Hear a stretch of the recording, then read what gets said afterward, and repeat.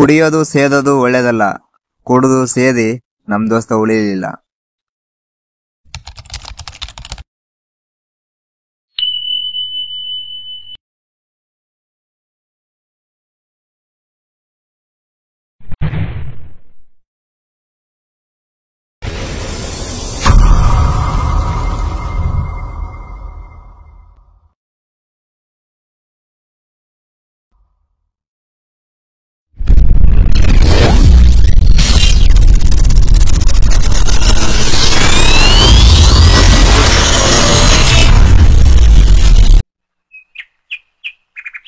ನಿಮ್ಗೆ ಸರಿಯಾಗಿ ಮಾಡಿದ್ದಾರೆ, ಮನೆಯಿಂದ ಆಚೆ ಹಾಕಿ. ನಿಮ್ಗೆ ಪೂಜೆ ಉಪವಾಸ ಎಲ್ಲ ಮಾಡಿದ್ರು, ಆದ್ರೆ ನೀನೇನ್ ಮಾಡಿದೆ? ನೀರೇಷ್ಟು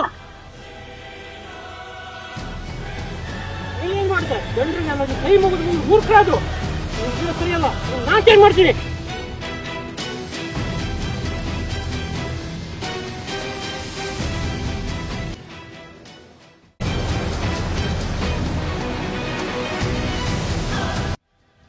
ಓ ದೇವ್ರು, ಇದಕ್ಕೆ ಕುಂಕುಮ ವಿಭೂತಿ ಪೂಜೆ ಬರಕ್ ಕೇಳು. ಇವತ್ತಿನ ಚೇಂಜ್ ಮಾಡೇ ಮಾಡ್ತೀನಿ.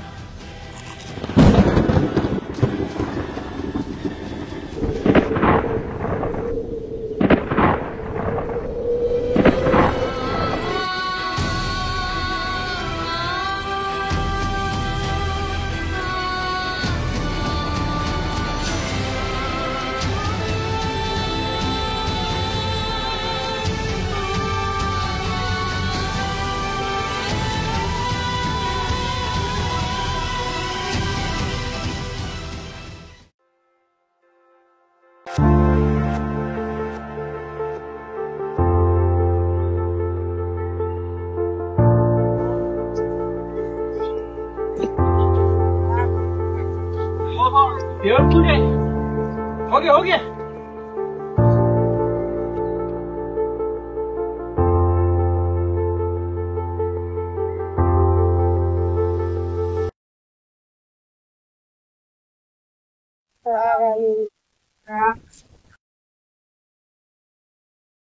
ಓಂ ಶ್ರೀ ಗೋವಿಂದ.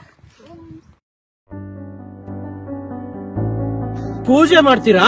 ಪೂಜೆ ಮಾಡ್ತೀನಿ.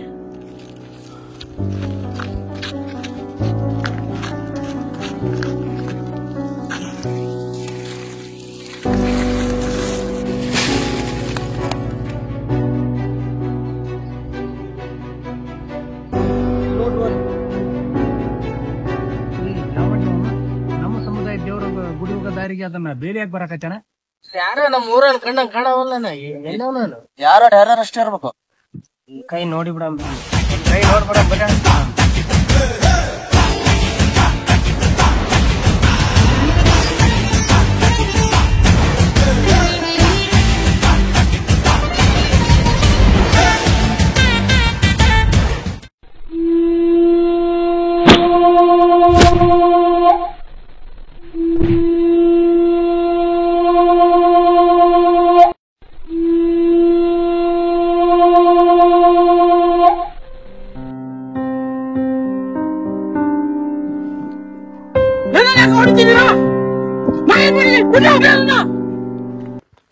ಏನ್ ಮಾಡಿದ್ಯಾ?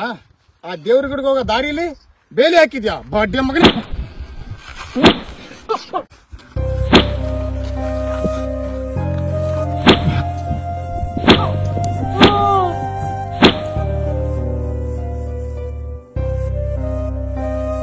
ಯಾಕ್ರು ಹೊಡಿತಿದ್ದೀರಾ? ಮಾತ್ ಕೇಳ್ರು. ನಿಮ್ ದೇವ್ರಿಗೆ ಅನ್ಯಾಯ ಆಯ್ತು ನನ್ ಹೊಡಿತಿದ್ದೀರಲ್ಲ, ನಿಮ್ ದೇವ್ರು ನನಗೆ ಅನ್ಯಾಯ ಮಾಡಿದಾನೆ. ಅದಕ್ಕೆ ಏನ್ ಹೇಳ್ತೀಯ? ನೀನ್ ನ್ಯಾಯ ಕೊಡ್ತೀಯ? ಏನ ದೇವ್ರು ನಿನಗ್ ಮೋಸ ಮಾಡಿದ? ಇವನ್ನೇನೋ ಕೇಳಿದ್ರ ಜಲ್ದಿ ಕೆಲಸ ಮುಗಿಸ್ಕೊಂಡ್ ಬರ್ರ.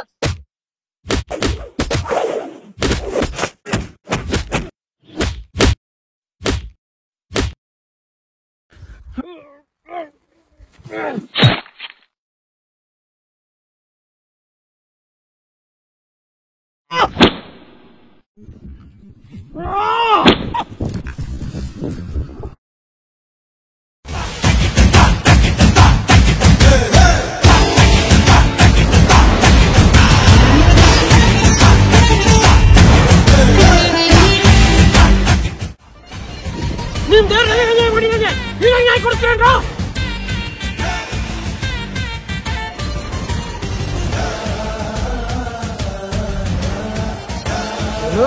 ದೇವ್ರ ಮೋಸ ಮಾಡಿದೆ ನನಗೆ. ಹೌದು.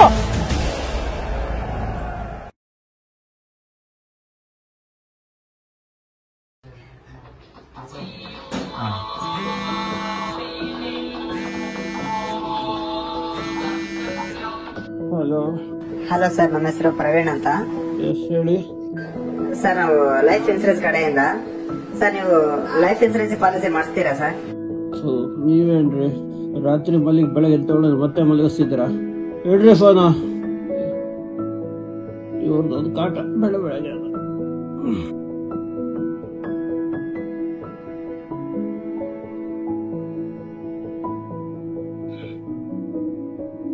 ಭವಾನಿ ಭವಾನಿ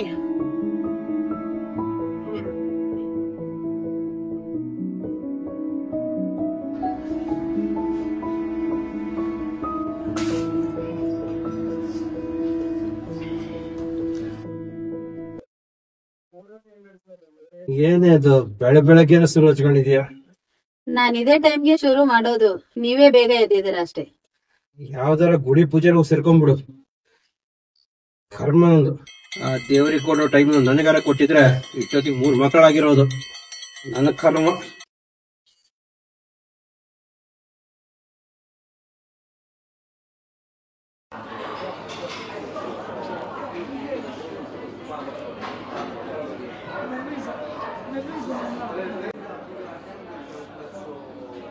ರೀ ಮೇಡಮ್ ಅವ್ರ, ಇಡ್ಲಿ ತಗೊಂಬರ್ರಿ, ಹೊಟ್ಟೆ ಹಸಿವಾಗ್ತಾ ಇದೆ. ಯಾಕ್ರಿ ಕಿರಿಸ್ತಾ ಇದ್ದೀರಾ? ನಾನ್ ಪೂಜೆ ಮಾಡ್ತಾ ಇದ್ದೀನಿ. ಇವತ್ತು ಬೀಗ್ ಅಮಾವಾಸ್ಯೆ, ಪಾದ ಪೂಜೆ ಮಾಡೋವರೆಗೂ ತಿಂಡಿ ಇಲ್ಲ. ಪೂಜೆ ತಾನೆ, 5 ನಿಮಿಷ ಅಲ್ಲ, ಕಾಯ್ತೀವಿ ಬಿಡು. 5 ನಿಮಿಷ ಅಲ್ಲ, 2 ಗಂಟೆ ಆಗುತ್ತೆ. ಏನು 2 ಗಂಟೆನಾ? ನನ್ನ ಕರ್ಮ.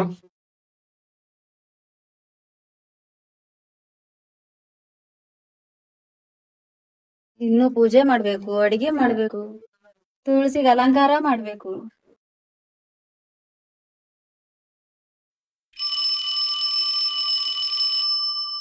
ಹಲೋ, ತರ್ಬೇಕನ್ನ ಅಥವಾ ಇವತ್ತು ಉಪವಾಸನ?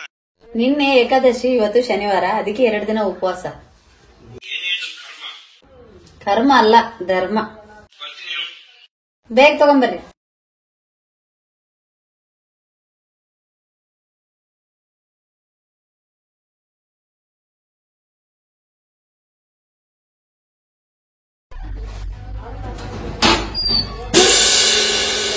ಪೂಜೆ ಮಾಡೋದು ಊರ್ ತುಂಬಾ ಕೇಳಿಸ್ಬೇಕಾಯ್ತತೆ. ಏನ್ ಮಾಡ್ತೀನಿ ಅವಳು? ನೀ ಹೇಳಿದ್ರೆ ತಗೊಂಡ್ ಬಂದಿನಿ, ಬಂದು. ಭವಾನಿ ಎಲ್ಲಿ ಹೋದ್ಲಿ ಇವಳು? ಭವಾನಿ ಭವಾನಿ ಎಲ್ಲಿದೆ ನೀನು? ಎಲ್ಲಿ ಹೋದ್ಲಿ ಇವಳು?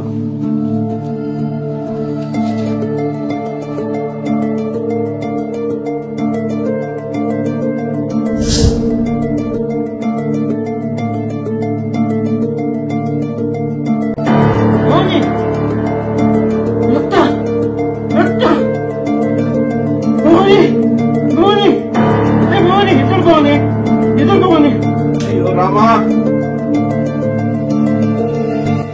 ಭವಾನಿ ಎದ್ದೇಳು, ಭವಾನಿ ಭವಾನಿ ಎದ್ದೇಳು, ಭವಾನಿ.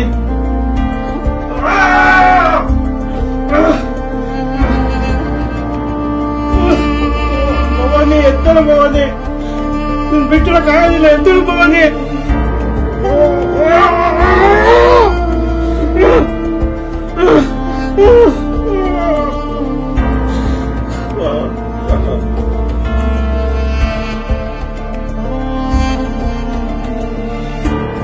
ನೀನ್ ನಂಬಿದ್ದಕ್ಕೆ ಮಾಡಿದ ಉಪಕಾರ ಇದು, ಮಾಡೇ ಮಾಡ್ತೀನಿ.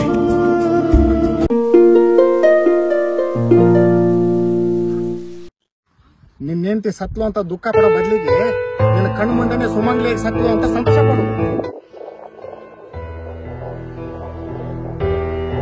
ಹೊರಗ್ ಬಟ್ಟೆ ಸುತ್ತಿ ಕಲಿಗಳಿಗೆ ಗುಂಪ ಹಚ್ಚಿ ಮಾತನಾಡದೇ ಇರೋ ದೇವರಿಗೆ, ಅವನ ವೃತ್ತ ಮಾಡೋರ್ಗೆಲ್ಲರಿಗೂ ಬುದ್ಧಿ ಕಲಿಸ್ತೀನಿ.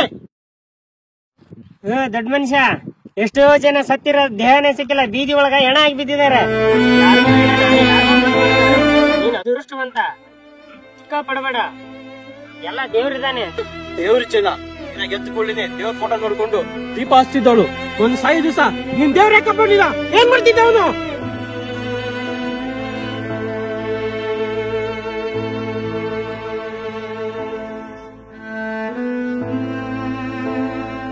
ಪ್ರತಿಯೊಂದು ಜೀವಿಗೂ ಜನನ ಮರಣ ಆಗಮನ ಅಂತ್ಯ ಅನ್ನೋದು ಇದ್ದೇ ಇರುತ್ತೆ.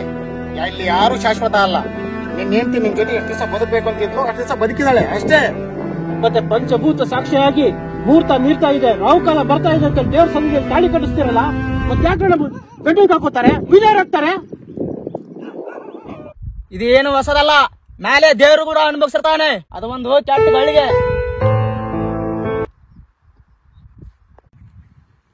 ಕೆಟ್ಟಗಳಿಗೆ ಇನ್ನು ಈ ಪ್ರಪಂಚದ ಬೆಳಕನ್ನೇ ನೋಡಿದಂತ ಚಿಕ್ಕ ಮಕ್ಕಳನ್ನ ಗರ್ಭದ ಸಾಯಿಸ್ತಾನೆ.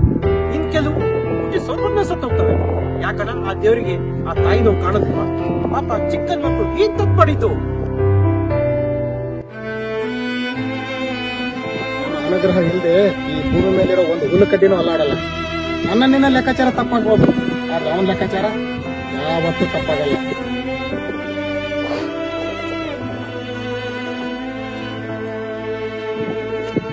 ದೇವ್ರು ದೇವ್ರು ದೇವ್ರು ಎಲ್ಲ ಇದೆ ನಿಮ್ ದೇವ್ರು. ಕಣ್ಣಿಗೆ ಕಾಣದೇ ಇರೋ ಜೀವರಾಶಿಗಳಲ್ಲಿ, ಈ ಹಸಿರು ಪ್ರಕೃತಿಯಲ್ಲಿ, ಹಸಿದವನ ಕೈ ತುತ್ತಿನಲ್ಲಿ, ಅನ್ನದಲ್ಲಿರ್ತಾನೆ, ಅನ್ನದಲ್ಲಿ. ನೀವು ಹೇಳೋ ಮಾತು ಇನ್ಸ್ಟಾಗ್ರಾಮ್ಗೆ ಶಾರ್ಟ್ ಮೂವಿ ಚೆನ್ನಾಗಿರ್ಬೋದು, ನಾ ಪ್ರೂವ್ ಮಾಡ್ತೀವಿ ದೇವ್ರಿಲ್ಲ ಅಂತ. ದೇವ್ರುಗಳು ನಂಬೋ ನೀವು ಅದೇ ದೇವ್ರಿಗೆ ಫ್ರೇಮ್ ಹಾಕಿ ಬೀಜಲ್ಲಿ ಬೆಲೆ ಕಟ್ ಮಾಡ್ತೀರಾ. ಶಿವ, ಶಂಭು, ಶಂಕರ ಅಂತೇಳಿ ನಿಮ್ ಮಕ್ಕಳಿಗೆ ಹೆಸರು ಇಡ್ತೀರಾ, ಅದೇ ನಿಮ್ ಮಕ್ಕಳಿಗೆ ಹಲ್ಕಟ್ ಬೈತೀರಾ. ಇದು ನೀವು ನಂಬೋ ದೇವರುಗಳು.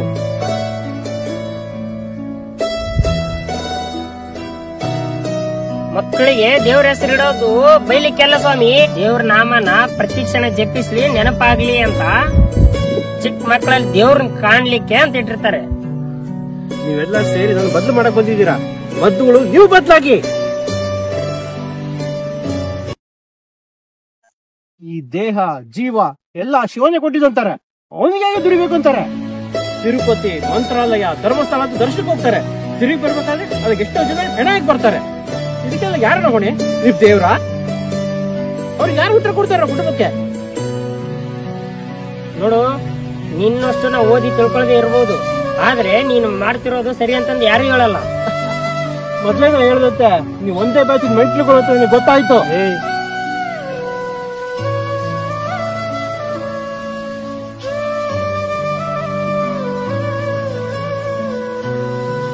ನಿನಗೆ ನಿನ್ನ ಹೆಂಡತಿ ಸತ್ಲು ಅಂತ ಇಷ್ಟೊಂದು ಸಿಟ್ಟ? ಇಲ್ಲ, ಎಷ್ಟೋ ಸಾವುಗಳು. ವ್ಯಾಕರಣ, ಉಪವಾಸ, ವನವಾಸ, ಏಕಾದಶಿ, ಶಿವರಾತ್ರಿ, ನವರಾತ್ರಿ.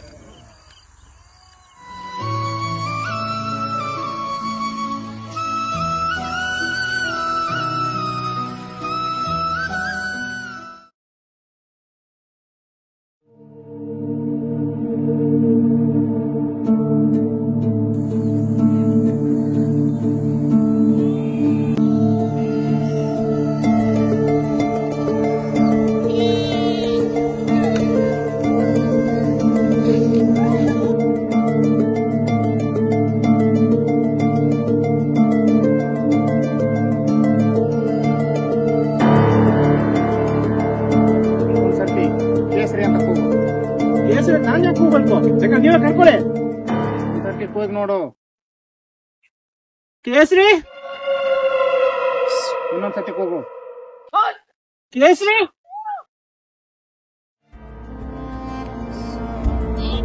ಇನ್ನೊಂದ್ಸಲ ಹೋಗು. ಕೇಸರಿ,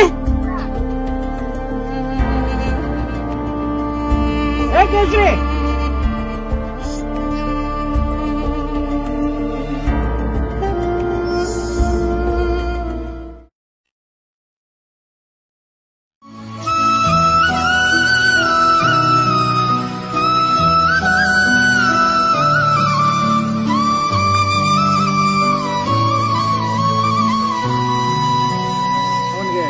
ಅವ್ರಪ್ಪ ಯಾರಂತ ಕೇಳು. ನಾನು ಯಾಕೆ ಕೇಳಿ? ಬೇಕಾದ್ರೆ ನೀವು ಕೇಳ್ಕೊ ಹೋಗ್ರಿ. ಕೇಳೊಂದ್ಸತಿ. ನಿಮ್ ಅಪ್ಪನ ಹೆಸರೇನು? ಜೈ ಶ್ರೀರಾಮ್. ಅವ್ರ ತಾಯಿ ಹೆಸರು ಅಂತ ಕೇಳು. ನಿಮ್ ತಾಯಿ ಹೆಸರೇನು? ಜೈ ಶ್ರೀರಾಮ್. ಅವನ ಹೆಸರೇನಂತ ಕೇಳು. ನಿನ್ನ ಹೆಸರೇನು? ಜೈ ಶ್ರೀರಾಮ್. ಆ ಮಗುಗಿರೋ ಬುದ್ಧಿ ನಿನಗಿಲ್ಲ, ನೋಡಿ ಕಲಿ. ಅವನು ಚಿಕ್ಕ ಹುಡುಗ, ಬುದ್ಧಿ ಇಲ್ದವನು, ಉಪ್ಪು ಕೊಟ್ರು ಸಕ್ಕರೆ ತಿಂತದವನು. ನೀನು ಬಾಳ ಸಂಗತಿ ಕಳ್ಕೊಂಡು ಇಷ್ಟು ಬದಲಾಗಿದೆಯಾ. ಅವನು ಬಾಳ್ ಕಟ್ಕೊಡೋ ತಂದೆ ತಾಯಿನ ಕಳ್ಕೊಂಡಿದ್ದಾನೆ. ಅವನು ಇನ್ನೆಷ್ಟು ದ್ವೇಷ ಮಾಡಬಲ್ಲ ದೇವ್ರನ್ನ. ಬಾ ನೋಡೋಣ, ಬಾ ಒಳಗೆ ಬಾ, ಒಳಗೆ ಬಾ.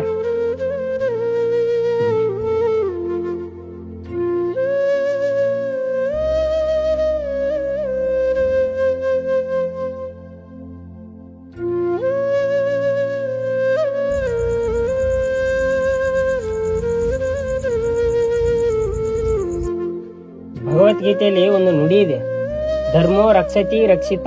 ಧರ್ಮನ ನಾವು ರಕ್ಷಿಸಿದ್ರೆ ಧರ್ಮ ನಮ್ಮನ್ನ ರಕ್ಷಿಸುತ್ತೆ.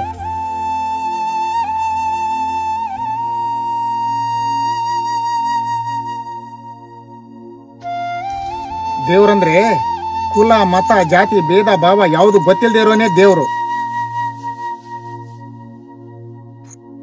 ದೇವ್ರು ನಮ್ಮ ಜೊತೆಲೇ ಇದ್ದಾನೆ. ಗಾಳಿ, ಹಸಿವು, ಜೀವ ಎಲ್ಲದರ ಸಾಕ್ಷಿಯಾಗಿ.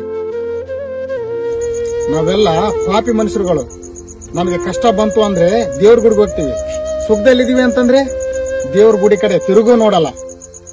ದೇವ್ರು ರೂಪ ಕೊಟ್ಟು ಜೀವ ತುಂಬಿ ಬದುಕು ಕಟ್ಟಿಕೊಡ್ತಾನೆ. ಅದನ್ನ ರೂಪಿಸ್ಕೊಳ್ಳೋದು, ಹಾಳು ಮಾಡ್ಕೊಳ್ಳೋದು ನಮ್ ಕೈಯಲ್ಲೇ ಇರುತ್ತೆ.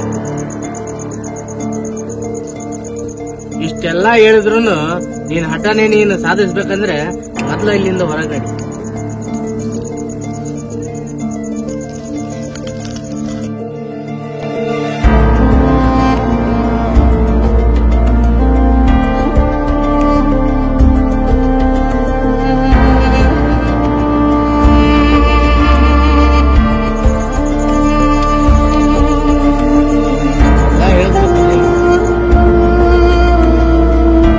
ನಿಂತ್ಕೋ.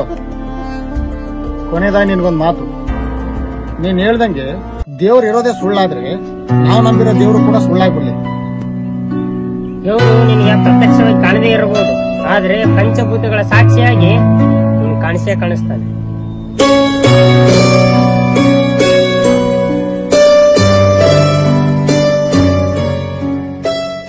ಕೊನೆಗೂ ಅವನ ಮಾತೇ ನಿಜ ಆಯ್ತು. ಧರ್ಮ ಯಾವತ್ತಿದ್ರು ಗೆದ್ದೇ ಗೆಲ್ಲುತ್ತೆ.